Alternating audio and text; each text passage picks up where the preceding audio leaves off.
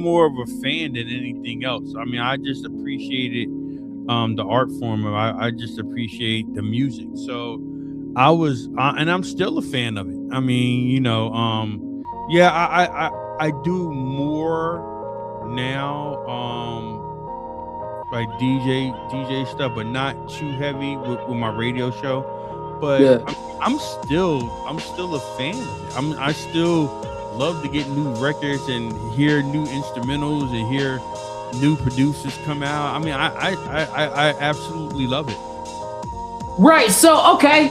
So now let me ask you this, because now that I have more of an idea of where your headspace was through the years between, I'll just give them 96 to now.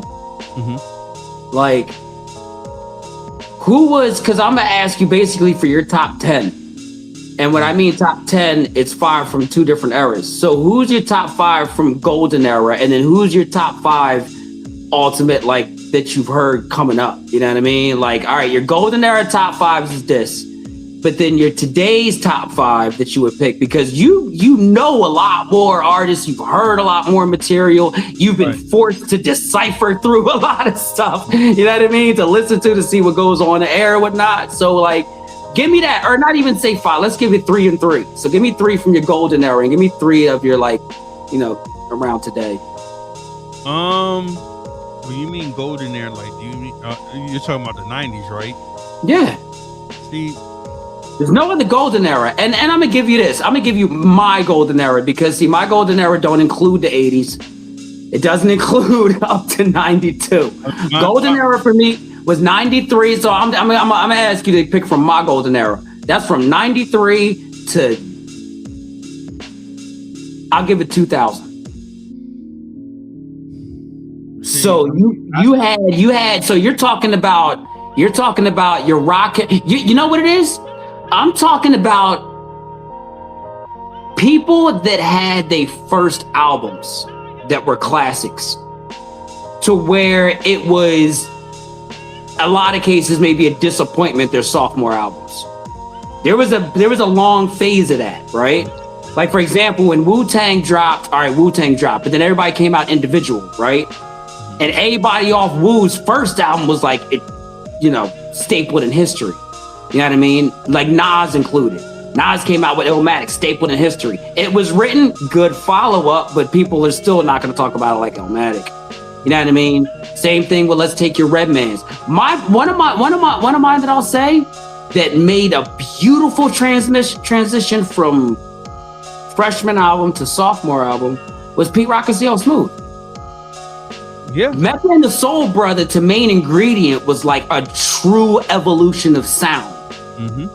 You know what I mean? Mecca and the Soul Brother embodied everything it was supposed to of that time. Mecca and the Soul Brother came out, did the same thing. You know what I mean? Like, yo, this is how you do it. Still like super jazzy.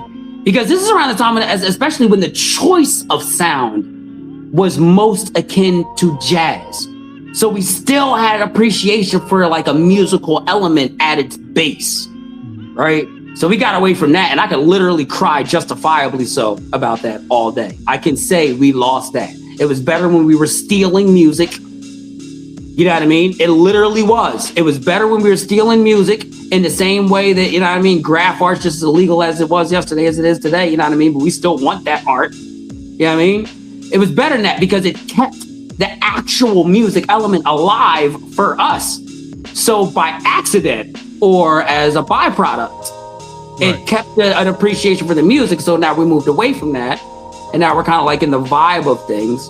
And okay, and like I said, it's like you can appreciate what you can appreciate. You know what I mean? But back to the question.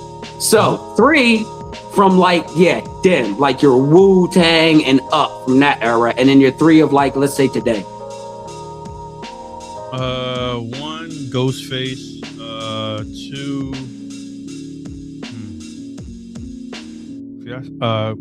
I say Ghost from that era. Ghostface.